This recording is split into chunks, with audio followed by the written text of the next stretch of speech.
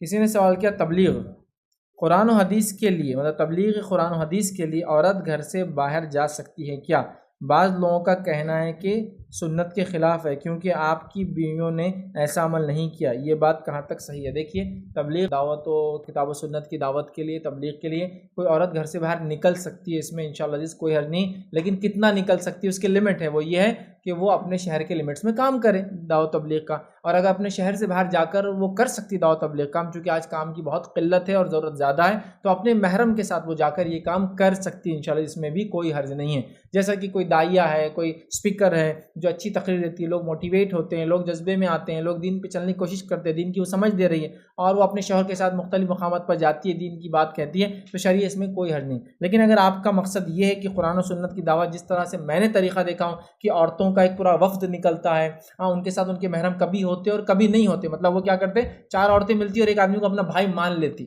میں تم ہمارے بھائی، اس کے بعد پھر وہ الگ ڈبے میں ٹرین کے، انہوں الگ ڈبے میں ٹرین کے، انہوں الگ جگہ جاتے، انہوں الگ جگہ رہتے، ایسا کر کے وہ کام کریں، ایسی دعوت تبلیغ کی کوئی ضرورت نہیں انشاءاللہ، آپ اپنے گھر میں رہ کے کریں پھر زیادہ بہتر ہے۔ لیکن آپ میں صلاحیت ہے، آپ ایک داعیہ ہے، ذاتی طور سے آپ کہیں جا کے دعوت تبلیغ کام کر سکتی ہے، آپ کا گروپ ہے، شہر کے لمٹس میں کام کر رہا ہے، بالکل درست و جائز ہے، سٹی سے باہر جانا چاہ رہا ہے، محرم آپ کے ساتھ سفر کر رہا ہے اور ساتھ جاتا ہے، جس کے نتیجے میں آپ دعوت تبلیغ کام کر سکتے ہیں۔ دیکھیں، خود سیکھنے والا باہر جا کے کیا سکھائے گا کسی کو؟ جو سکھا ہوا وہ سکھائے، یہاں تو خود سیکھنے والے باہر جا رہے ہیں آج کل، میں نے دیکھا، یہ درست نہیں۔ پھر اس میں جو بے پردگی، سفر میں جو مسئلے، 2-4 سفر میں تو محرم ساتھ آتا، 5ویں بار بولتا تم چل جاؤ بیگم میں ذرا بزی ہوں۔ میں نے یہاں تک دیکھا لوگ انٹرنیشنل سفر کرے دعوت تبلیغ کے نام پر بغیر محرم کے، نہیں بولے ہم نے وہ ہمارے ساتھ جو امیر صاحب تھے ان کو بھائی مان لیا، بولے بھائی مان کے کچھ بھی نہیں، اسلام میں منہ بولے رشتوں کی کوئی اہمیت نہیں ہے، یاد رکھیے،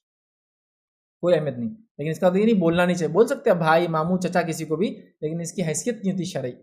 کہ نہیں وہ چچا بن گیا، ماموں بن گیا، وہ بھائی بن گیا، ایسا نہیں ہوتا ہے۔ نہیں بن گیا تو وراثت میں دیتا حصہ آپ کو،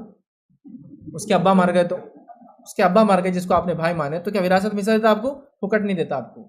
یہ منہ بولی باتیں ہیں، شریعت میں حقیقی رشتے چلتے ہیں، منہ بولے رشتے نہیں چلتے، اس بات کو آپ ذہن میں رکھیں۔ تو لہٰذا یہ تو بالکل درست نہیں ہوگا۔ پھر میں نے بتا دیا کہ ایک عورت جانتی ہے، علم رکھتی ہے، سیکھی ہوئی ہے، علم رکھتی ہے، عالمہ ہے، اور وہ سکھانا چاہتی ہے، عالموں کا گروپ ہے وہ سکھانا چاہتا ہے، اپنے محرمات کے ساتھ ٹریول کر رہے ہیں، سکھانے والا جو علم رکھتا ہے وہ سکھانے جائے، سمجھ میں آتا ہے، خود سیکھنے والے سکھانے کے لیے نکلیں، یہ مجھے سمجھ میں نہیں آتا ہے، یہ بالکل درست نہیں۔ تو لہٰذا اس لمٹ اور دائرے میں، شرعی حدود میں رہتے ہوئے اگر عورت کرتی ہے تو کر سکتی ہے۔ رہا معاملہ ہر مہینے اتنے دن جانا، ہر سال اتنے دن جانا، خود سیکھنے والا جا کے سکھا رہا ہے لوگوں کو، تو میں یہ کہوں گا امہات المومنین سے کوئی بھی دعوت تبلیغ کے لیے گھر سے کبھی باہر نہیں گئی، لوگ ان کے پاس آتے تھے، مسائل پوچھتے تھے اور چلے جاتے تھے۔ بیٹر ہے کہ عورت اپنے گھر کے اندر رہے، یہ اس کے لیے سب سے افضل ہے، سب سے اچھا ہے۔ اور تعجب مجھے وہ لوگوں پہ ہوتا ہے جو یہ کہہ رہے ہیں کہ مسجد میں عورت جانا فتنہ ہے، وہ عورتوں کو دعوت تبلیغ کے لیے باہر بھیج رہے ہیں۔ امیزنگ، تعجب پر تعجب، مسجد میں آئے تو فتنہ، لیکن وہی عورت کا گروپ مارکیٹوں میں جا رہا، بازاروں میں جا رہا، ریلوے اسٹیشن پہ جا رہا، ٹرینوں میں اکیلا ٹریول کر رہا، بسوں میں اکیلا ٹریول کر رہا، 40 دن گھر سے باہر رہ رہا، تو آپ بول رہے ہیں فتنہ نہیں ہے۔ امیزنگ، مطلب آپ اب فقہ، آپ اپنی سوچ، امام کی تقلید سب غائب ہو گئے۔ امیزنگ، مطلب تعجب کی بات دکھتی مجھے کہ جو لوگ مسجد میں جانے کو فتنہ مانتے ہیں، عورتوں کو گھر سے باہر دعوت تبلیغ کے لیے بھیج رہے ہیں، حالانکہ اللہ کی عبادت کے لیے وہ کہہ رہے ہیں کہ فتنہ ہے۔ تو دعوت تبلیغ کے لیے تو بدرجہ اولا فتنہ ہے پھر زمین میں،